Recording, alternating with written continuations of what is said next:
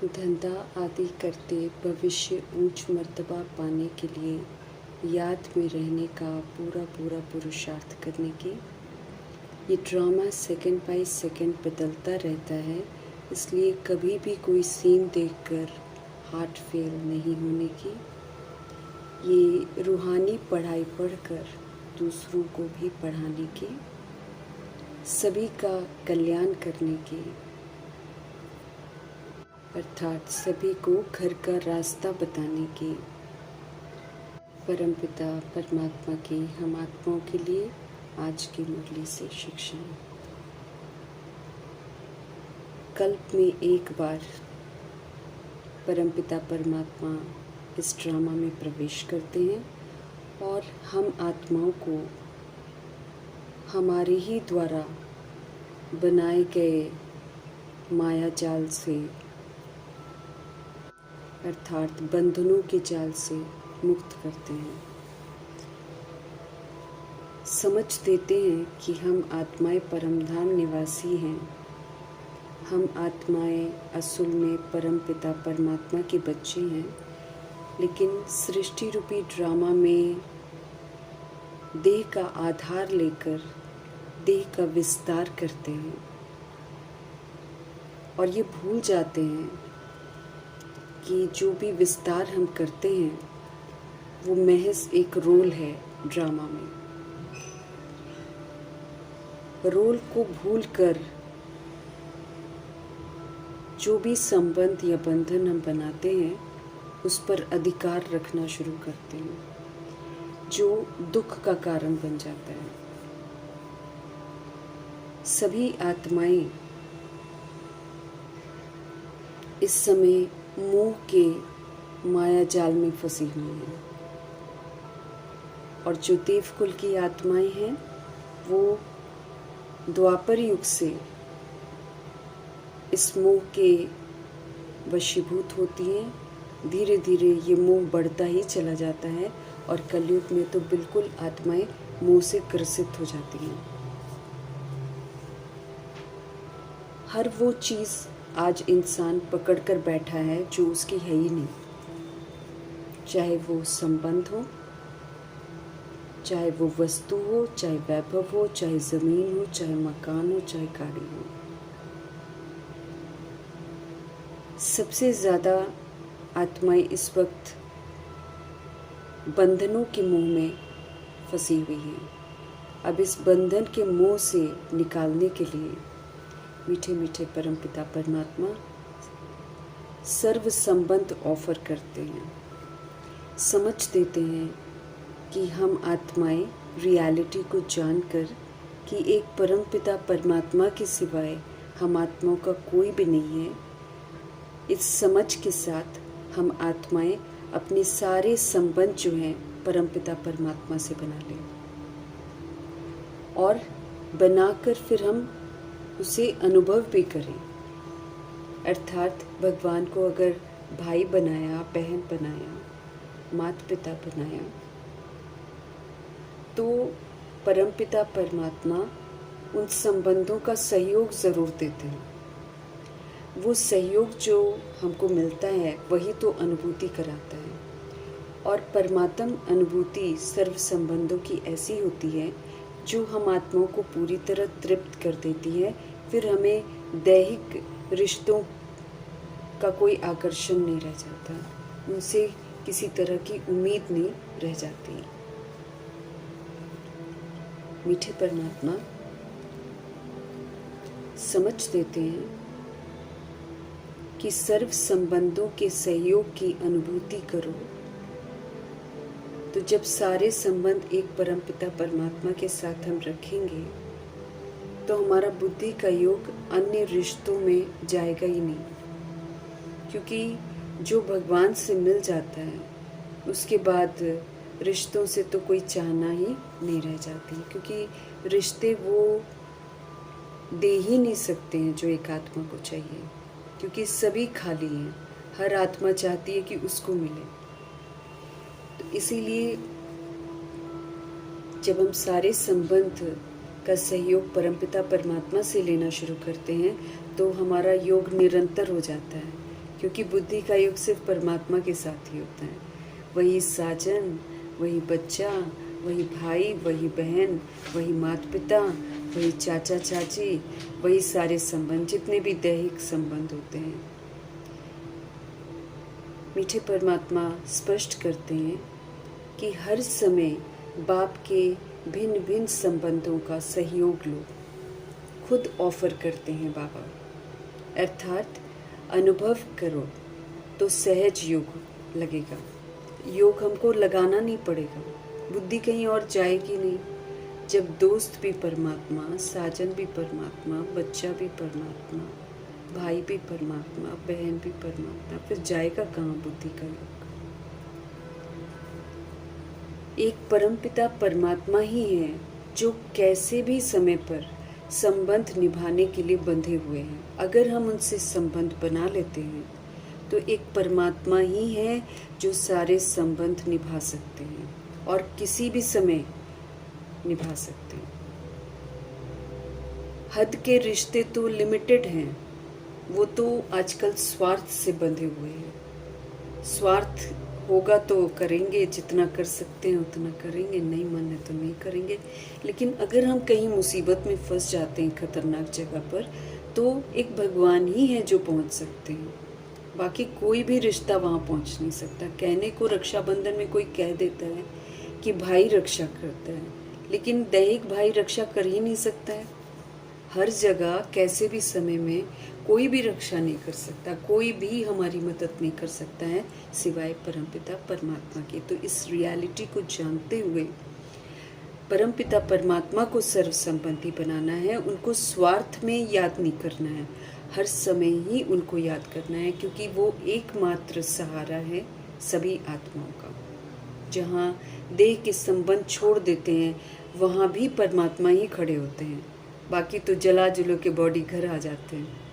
लेकिन जो सोल अकेली होती है, जो सब कुछ देख रही होती है, उसका साथ तो परमात्मा ही देते हैं। तो अगर हम संबंध बना लेते हैं तो भगवान जी संबंध में बंध जाते हैं और निभाते ज़रूर हैं। सारे कल्प में, पूरे 5000 के कल्प में, अभी ही संगम युग में ही सर्व अनुभवों की खान हमको प्राप्त होती है। हम चाहें तो हर तरह का अनुभव परमपिता परमात्मा के साथ कर सकते हैं। खान है खान, अनलिमिटेड अनुभव कर सकते हैं बाबा के साथ। इसलिए सदा सर्व संबंधों का सहयोग बाबा कहते हैं मुझसे लो, क्योंकि दैहिक संबंध साथ नहीं देंगे, दे ही नहीं सकेंगे, सिर्फ परमात्मा ही देंगे। तो सदा सर्व संबंधों का सहयोग परमपिता परमात्मा से लेना है, तो फिर हमारा निरंतर योग लगा रहेगा और हम सहज योगी बन जाएंगे।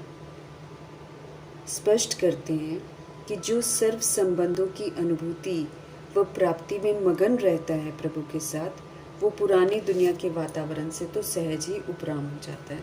उसको पुरानी दुनिया की कोई भी चीज़ आकर्षित नहीं करती है, न कोई संबंध, न कोई वस्तु, न वैभव, न मकान, न गाड़ी, क्योंकि कुछ भी हमें साथ नहीं देगा सिवाय परमपिता परमात्मा के। वही हम आत्माओं को जो चाहिए होगा सिर्फ वही दे सकते हैं। तो एक सच्चा दोस्त है परमपिता परमात्मा आत्माओं का। इस रियलिटी को स्वीकार करते हुए परमपिता परमात्मा से ही सारे संबंध बनाने हैं। इस संगम युग को सिर्फ बाबा के साथ ही बिताना है। बाकी दैहिक संबंधों के साथ या कहीं भी हम जो अपने दोस्त बनाते हैं, हमें कहीं भी किसी का साथ नहीं मिलेगा। सारे आधार टूट जाने हैं और सब तरफ से धोखा ही मिलना है। एक परमपिता परमात्मा ही हम आत्माओं का साथ देते हैं। तो वरदान को फलीभूत करना है, हमें सहज योगी बनना है। सर्व संबंधों का सहयोग परमपिता परमात्मा से लेकर उसको अनुभव करना है। अनुभव कभी नहीं मिटता है, इसीलिए अनुभूति करनी बहुत ज़रूरी है। सारी शक्तियों से हमको संपन्न रहना है। हर तरह की शक्ति बाबा देते हैं जो हमें इस विकराल समय में बहुत मदद करेगी। 8 शक्तियाँ तो चाहिए 8 पेपरों को पास करने के लिए। इसके अतिरिक्त भी आत्मा को सशक्त बनाने के लिए परमपिता परमात्मा अनेक शक्तियाँ हमको देते हैं, जिनको यूज़ करके फिर सेवाओं में लगाकर हमको संपन्न रहना है। बाबा कहते हैं यही ब्राह्मण स्वरूप की विशेषता है, क्योंकि अंतिम समय में हमें इन शक्तियों का सहयोग दूसरी आत्माओं को भी देना है, क्योंकि आत्माएं तो कमज़ोर होंगी, वो तो हाहाकार करेंगी, लेकिन भगवान की मिली हुई शक्तियाँ जो हमको सशक्त बनाती हैं, उन्हीं शक्तियों का सहयोग फिर हमें दूसरी आत्माओं को भी देना है। इसलिए बाबा हमको कह रहे हैं कि सारी शक्तियों से संपन्न रहो, उनको यूज़ करो, उनको सेवाओं में लगाओ। अव्यक्त इशारे हमको मिल रहे हैं, लगन की अग्नि को प्रज्वलित कर योग को ज्वाला रूप बनाने की समझ मिल रही है। तपस्वी मूर्त का अर्थ स्पष्ट करते हुए बाबा कहते हैं कि तपस्या द्वारा शांति की जो पावर है, उसकी किरणें चारों ओर फैलती हुई अनुभव में आए। इस तरह का तप हमको करना है। बाबा कहते हैं तपस्वी स्वरूप जो है औरों को देने का स्वरूप है। जैसे सूर्य जो है विश्व को रोशनी की और अनेक विनाशी प्राप्तियों की अनुभूति कराता है ना। सूर्य जो है रोशनी भी देता है और बहुत सारी प्राप्तियां जो शरीर के अनुसार चाहिए होती है ना, वो अनेक विनाशी प्राप्तियों की अनुभूति भी कराता है। ऐसे बाबा कहते हैं जो महान तपस्वी आत्माएं होती हैं, जो तप करती हैं, जो शांति के पिलर बन जाती हैं, शक्तियों का पिलर बन जाती हैं, पवित्रता का पिलर बन जाती हैं, ऐसी तपस्वी आत्माएं जो हैं ज्वाला रूप शक्तिशाली याद के द्वारा प्राप्ति की किरणों की सबको अनुभूति ज़रूर कराती हैं। मीठे मीठे परमपिता परमात्मा हम आत्माओं को हमारी जिम्मेवारी का एहसास दिलाते हैं, हम आत्माओं को रास्ता दिखाते हैं और फिर हम आत्माओं को रूहानी पंडे का कर्तव्य निभाने की समझ देते हैं।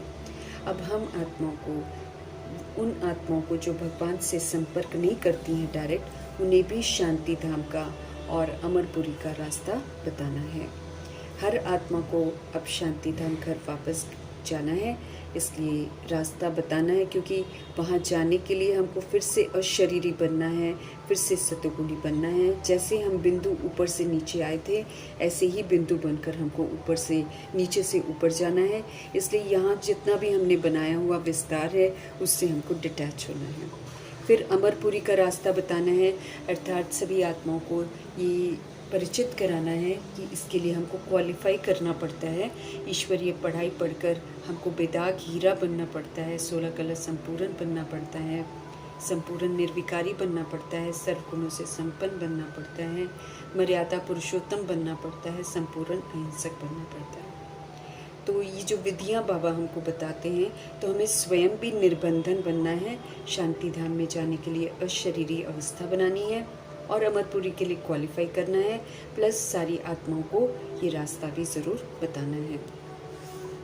हम आत्माओं को सदा ये नशा रहे कि हम बाप को याद करके जन्म जन्मांतर के लिए पवित्र बनते हैं। हम निश्चय से कहते हैं कि भल कितने भी विघ्न पड़े, लेकिन स्वर्ग की स्थापना तो होनी है। ये रावण का राज्य चल रहा है, तो ये भगवान के कार्य में विघ्न तो ज़रूर डालता है, हिलाने की कोशिश भी करता है, लेकिन कोई भी भगवान की जो स्थापना है उसको रोक नहीं सकता है, बंद नहीं कर सकता है। स्थापना तो भगवान करवा ही देते हैं और जिसने उसमें जाना होता है वो बन भी जाते हैं। बाकी विघ्न डालने वाले विघ्न डालते ही रह जाते हैं। विघ्न की कभी जीत नहीं होती है। स्वर्ग की स्थापना तो ज़रूर होनी ही है। नई दुनिया की स्थापना और पुरानी दुनिया का विनाश ये तो निश्चित है। पुरानी दुनिया का विनाश अत्याचार का विनाश है, पाप का विनाश है, साइंस के घमंड का विनाश है। इसीलिए वो कोई बुरा नहीं है, बाबा कहते वो तो सृष्टि परिवर्तन है, क्योंकि ऐसी गंदी छीछी दुनिया में देवता नहीं आ सकते हैं और जो देवकुल की आत्माएं हैं उनके आने के लिए फिर धरा बहुत सुंदर होती है। तो जब ये देह भान देह अभिमान मरता है, तो आत्माएं जब भुगतती हैं शरीर के द्वारा, तो फिर ये शरीर दफन होते हैं और ये फिर नई सृष्टि के लिए खाद का काम करते हैं। लेकिन बाबा कहते हैं उससे पहले आत्माएं जो हैं शरीर के द्वारा सारा हिसाब किताब ज़रूर चुकता करती हैं। ये बना बनाया ड्रामा है। हम अविनाशी आत्माएं सृष्टि रूपी ड्रामा में आकर इसको बनाते हैं और फिर इसके वशीभूत होकर हम बजाते ही रहते हैं। ये कभी भी ख़त्म नहीं होता है। ये 5000 वर्ष के बाद फिर रिपीट होता है। हम खुद बनाते हैं, हम नहीं मरते हैं, हम आत्माएं मरती नहीं हैं, इसलिए ये ड्रामा कभी ख़त्म ही नहीं होता है, रिपीट होता रहता है। इसलिए इसमें संशय करने की कोई बात नहीं है। रूहानी परमपिता परमात्मा हम रूहानी आत्माओं को समझा रहे हैं हर बात। हम सब जानते हैं कि हम आत्माएं हैं और इस समय हम आत्माओं को बाबा ने रास्ता दिखाया है, तो रूहानी पंडा बनकर हमें अन्य आत्मा भाइयों को भी रास्ता बताना है। हर बात को जो बाबा हमको बताते हैं अच्छी रीति हमको धारण करना है। माया का तूफान अक्सर भुला देता है हम आत्माओं को, जो बाबा हमको समझ देते हैं। तो रोज़ सुबह शाम फिर हमको मंथन करते रहना है, विचार करना चाहिए कि ये जो अमूल्य रत्न बाबा हमको दे रहे हैं, ये जीवन को अमूल्य बनाने के लिए दे रहे हैं। हम आत्माओं का जीवन जो कौड़ी मिसल हो गया है, उसको ज्ञान रत्नों से श्रृंगार करके अमूल्य बनाना है। तो रूहानी बाप जो बातें हमको समझाते हैं, वो स्पष्ट स्मृति में रखते हुए उनको अमल में लाना है। हम सभी इस समय गाइड्स बनते हैं और रूहानी पंडे का कर्तव्य करते हुए सभी को मुक्ति धाम का रास्ता बताते हैं। सच्ची सच्ची अमर कथा, सच्ची सच्ची मुरली है जो हमको अमरपुरी में जाने के लायक बनाती है।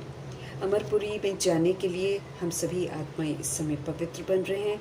वापस घर जाना है तब भी पवित्र बनना है, और अगर हमको अमरपुरी में आना है तब भी पवित्र बनना है। अपवित्र भ्रष्टाचारी आत्माएं जो हैं वो अमरपुरी में नहीं जा सकती हैं और न घर वापस जा सकती हैं। सबको अपने भ्रष्टाचारी से तो मुक्त होना ही है, सबको सजाएं मिलती हैं, फिर वो मुक्त होते हैं। अमरनाथ की यात्रा पर लोग जाते हैं और स्वर्ग को भी अमरनाथ पुरी कह देते हैं। बाबा कहते हैं अकेला अमरनाथ थोड़ी होता है, सभी आत्माएं जो होती हैं वो अमरपुरी में जा रही हैं और उसके लिए फिर पुरुषार्थ कर रही हैं। आत्माओं की अमरपुरी परम धाम भी होती है और आत्माओं की अमरपुरी फिर सचखंड भी होती है। दोनों को अमरपुरी कहते हैं। कुछ सोल्स अमरपुरी परम धाम में जाती हैं, कुछ सोल्स फिर अमरपुरी परम धाम में जाकर पुनः फिर अमरपुरी सचखंड में भी आती हैं। तो अमरपुरी सचखंड में आने के लिए शरीर चाहिए और अमरपुरी परम धाम में जाने के लिए आत्मा सिर्फ जाती है। परमपिता परमात्मा सभी आत्माओं को लेकर जाएंगे, इसलिए हर आत्मा को संदेश देना ज़रूरी है ताकि वो अपने आप को आत्मा समझकर परमपिता परमात्मा को याद करके अपने जितने पाप कर्म हैं उसको भस्म करें। शांति धाम कहते हैं अमरपुरी परम धाम को, जहाँ आत्माएं अपने शांत स्वरूप स्थिति में टिकती हैं, अपनी ओरिजिनल स्वरूप में स्थित हो जाती हैं। सभी 800 करोड़ आबादी हो, चाहे जितनी भी आबादी हो, सभी शरीर यहाँ रह जाएंगे और आत्माओं को घर वापस जाना है। ड्रामा की भावी जो फिक्स है वो टाली नहीं टल सकती है, इसलिए कोई इंसान अगर चाहता है कि हम यहीं रहें तो ये तो मुमकिन नहीं है, सभी को जाना तो पड़ेगा। अच्छी रीति बुद्धि में बाबा की बातों को धारण करना है। पहले तो सबसे पहले अपने को हमें आत्मा समझना है, रियलाइज़ करना है इस सत्य को कि हम परमपिता परमात्मा की संतान हैं। परमपिता परमात्मा भी आत्मा ही है, लेकिन वो सुप्रीम है क्योंकि वो हम आत्माओं की तरह शरीर लेकर पुनर्जन्म में आकर पतित नहीं बनते हैं, इसलिए उनको परमपिता परमात्मा कहते हैं। वो हमको हर बात समझा रहे हैं। जैसे हम आत्माएं दिखाई नहीं देती हैं, ऐसे परमपिता परमात्मा भी दिखाई नहीं देते हैं। ये तो शरीर दिखाई देता है, लेकिन शरीर को जो चला रही है वो तो दिखाई नहीं देती है। तो जब हम आत्मा को रियलाइज़ करते हैं तो हम परमात्मा को भी यथार्थ समझ लेते हैं। ज्ञान के सागर हैं वो, पवित्रता के सागर हैं वो। अभी हमें ज्ञान, पवित्रता, सुख, शांति का वर्षा देते हैं, और जब हम ये वर्षा कमाते हैं तो फिर इसका स्थूल प्रारब्ध भी हमको मिलती है। सभी आत्माओं को पवित्र बनाने के लिए बाबा हमको श्रीमत देते हैं और कहते हैं कि अब सिर्फ मुझे याद करो। अब एक परमपिता परमात्मा को हम याद करेंगे तो हम राइटियस मार्ग पर चलेंगे और जन्म जन्मांतर के पाप हमारे कट जाएंगे। परमपिता परमात्मा याद को ही तो योग कहते हैं। चलते फिरते उठते बैठते हमें अपने सच्चे परमपिता परमात्मा की यादों में रहना है, बाप को याद करना है। याद से ही हमारा बेड़ा पार होगा।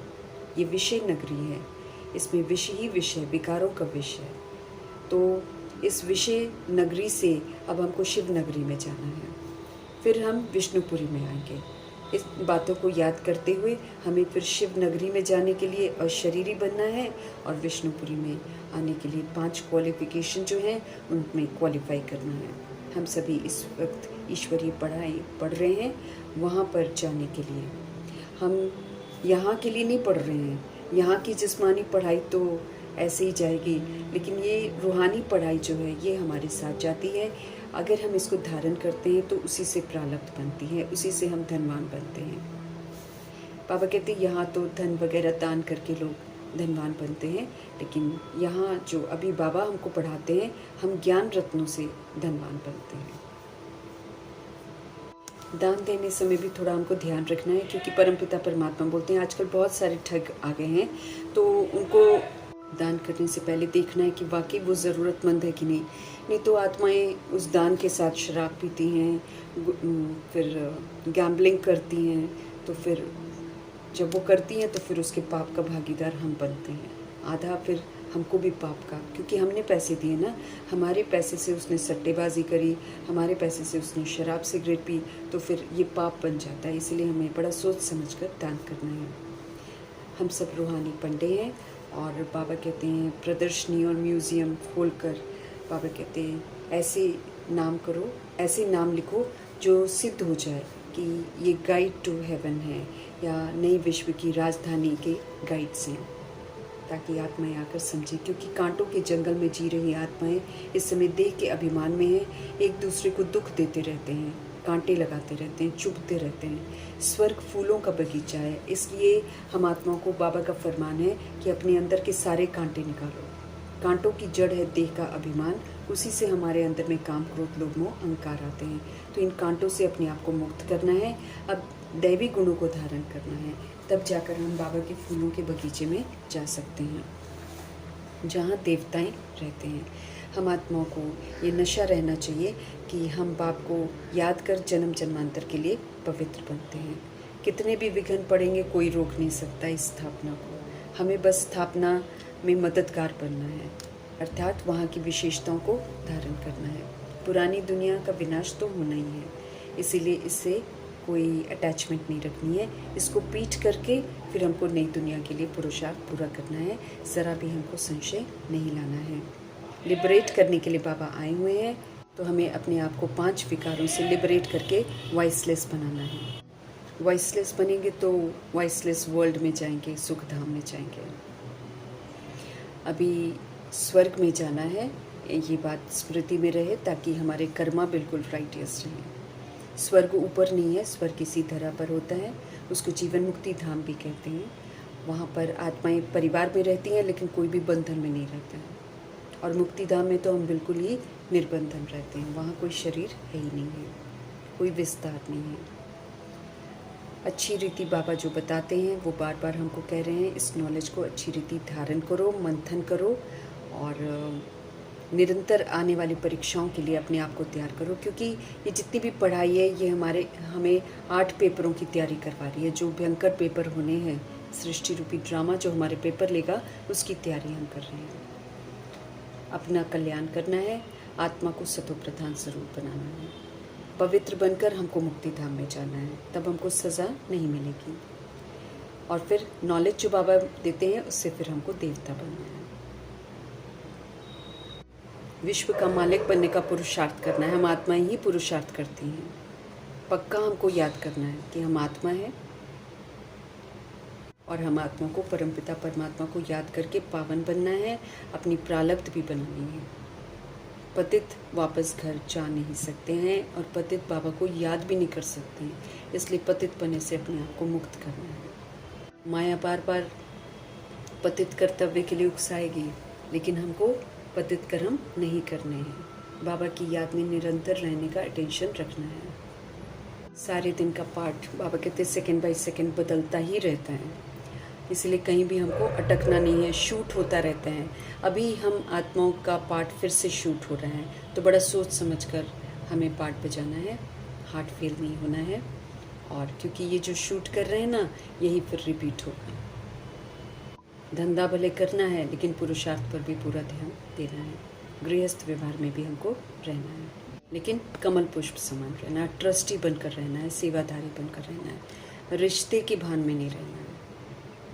सभी आत्माएं परमपिता परमात्मा के बच्चे हैं, इसलिए कोई अधर कुमार है, चाहे अधर कुमारी है, चाहे कुमार है, चाहे कुमारी है, जो भी है, परमपिता परमात्मा शरीरों में विराजमान आत्माओं को पढ़ाते हैं और फरमान करते हैं कि अब पवित्र बनो और घर वापस चलने के लिए तैयार हो जाओ। मूल वतन हम आत्माओं का घर है, वहाँ से फिर हम सभी आत्माएं फिर से पाठ बजाने आते हैं। आत्मा जो है भिन्न भिन्न वर्णों से गुजरती है, सूर्यवंशी, चंद्रवंशी, वैश्यवंशी, शूद्रवंशी बनती है, फिर परमपिता परमात्मा आकर ब्राह्मण बनाते हैं, ब्राह्मण से फिर हम फरिश्ता, फरिश्ता से देवता बनते हैं। रामचंद्र या क्षत्रिय को बाण दिखाते हैं क्योंकि वो आत्माएं जो होती हैं संगम युग में बार बार ज्ञान को यूज़ करती हैं, लेकिन फिर नाकामयाब हो जाती हैं, फेल होती रहती हैं। इसलिए वो जो बाण है वो प्रतीक है ज्ञान रत्नों का, कि ज्ञान रत्नों को यूज़ करते करते भी हार खा जाते हैं, इसीलिए वो क्षत्रिय कहलाते हैं। क्षत्रिय कभी देवता नहीं बनते हैं। देवकुल की आत्माएं जो होती हैं वो संपूर्ण पास होती हैं। सत्य परमात्मा ये स्पष्ट करते हैं कि ऐसा कोई रावण नहीं होता है जो सीता को उठा कर ले जाए। तो ये तो रावण बड़ा सूक्ष्म होता है। देह अभिमान को रावण कहते हैं, विकारों को रावण कहते हैं। ये हमारे अंदर होता है और ये आत्मा रूपी सीता को शोक वाटिका में डाल देता है विकारों के वशीभूत करके। बाकी ऐसा कोई 10 शीश वाला रावण नहीं होता है और न कोई 10 शीश वाला रावण किसी सीता को उठा कर ले जाता है। सीता बनने वाली जो आत्मा है जब मर्यादाओं की लकीर के बाहर निकलती है तब रावण पकड़ता है। अगर वो मर्यादाओं की लकीर के अंदर है तो फिर रावण उसको नहीं पकड़ सकता, अर्थात देह अभिमान उसको पकड़ नहीं सकता, वशीभूत कर नहीं सकता है। परमपिता परमात्मा आकर हमको हर बात विधिपूर्वक अच्छे से समझाते हैं, हर तरह के अंधविश्वास से बाहर निकालते हैं। देह अभिमान में आने से हम सब आत्माएं बाबा की बातों को भूल जाते हैं, इसलिए बार बार पक्का करना है कि मैं आत्मा हूँ, बाप का बच्चा हूँ। ये नशा सदा बना रहे। जितना हम याद करते रहेंगे उतना हमारा देह अभिमान जो है वो टूटता जाएगा। अपनी संभाल हमको करते रहना है, चेक करते रहना है कि देह अभिमान पूरा टूट गया है कि नहीं, नहीं तो धोखा खा लेंगे। कभी भी देह अभिमान इमर्ज हो सकता है। अभी हम सब जा रहे हैं, फिर से विश्व का मालिक बनेंगे। हमारा पार्ट जो है हीरो हीरोइन का है। हर आत्मा हीरो हीरोइन का पार्ट बजा सकती है, लेकिन उसके लिए पहले ज़ीरो बनना पड़ता है, पुराने से मरजीवा बनकर, फिर नए सिरे श्रीमत पर चलकर हीरो का पार्ट बजाना पड़ता है। तब जाकर हम विजयी रतन बनेंगे। बाबा के साथ पार्ट बजाते हुए विजयी बनने वाले ही इस ड्रामा के हीरो हीरोइन कहलाते हैं। ऊंचे से ऊंचा पार्ट हम आत्माओं का है, हम भगवान के साथ पार्ट बजा रहे हैं। कौड़ी और हीरे का तो बहुत फर्क होता है, तो कौड़ी से हीरे तुल्य बाबा अभी बना रहे हैं। बाकी इस दुनिया के करोड़ तो ख़त्म होने हैं, इसलिए अब सच्ची कमाई हमको करनी है। हम सभी इस समय धनवान बनते हैं, बाकी सब का तो दिवाला निकल गया है। ये सारी बातें हमको धारण करनी है, निश्चय में रहना है। जिस पढ़ाई से हम मनुष्य से देवता बनते हैं उस पढ़ाई को कभी मिस नहीं करना है और उसको धारण ज़रूर करना है। समय ज़रूर निकालना है, धंधा आदि करते भी परमपिता परमात्मा की यादों में रहना है।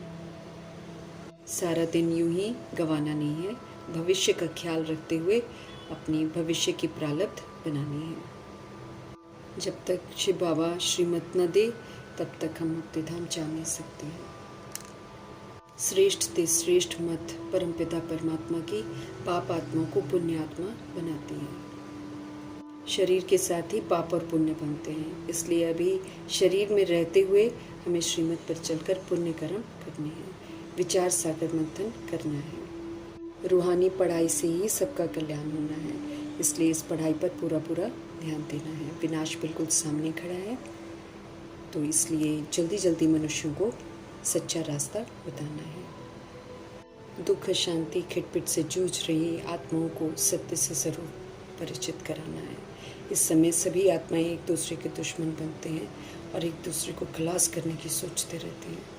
तो अच्छी रीति बाबा हमको हर बात समझाते हैं, तो हमें भी दूसरों को समझानी है। जो वेद शास्त्र हैं वो मनमत हैं, उनको पढ़ा हुआ, जिन्होंने पढ़ा हुआ है उनको भुलाना पड़ता है, इसलिए अगर नहीं पढ़ा हुआ है तो और भी अच्छा है। सदगति दाता परमपिता परमात्मा कहते हैं, पुरानी सारी बातों को अब भूलो, अब वो करो जो परमपिता परमात्मा कहते हैं। मनुष्य कभी किसी की सदगति नहीं कर सकते, इसलिए मनुष्य की मत पर तो बिल्कुल नहीं चलना है। सर्विस की युक्तियाँ जो बाबा हमको बतलाते हैं उन युक्तियों को अमल में लाना है और स्व के कल्याण के साथ विश्व की आत्माओं का भी कल्याण करना है। कल्याणकारी परमपिता परमात्मा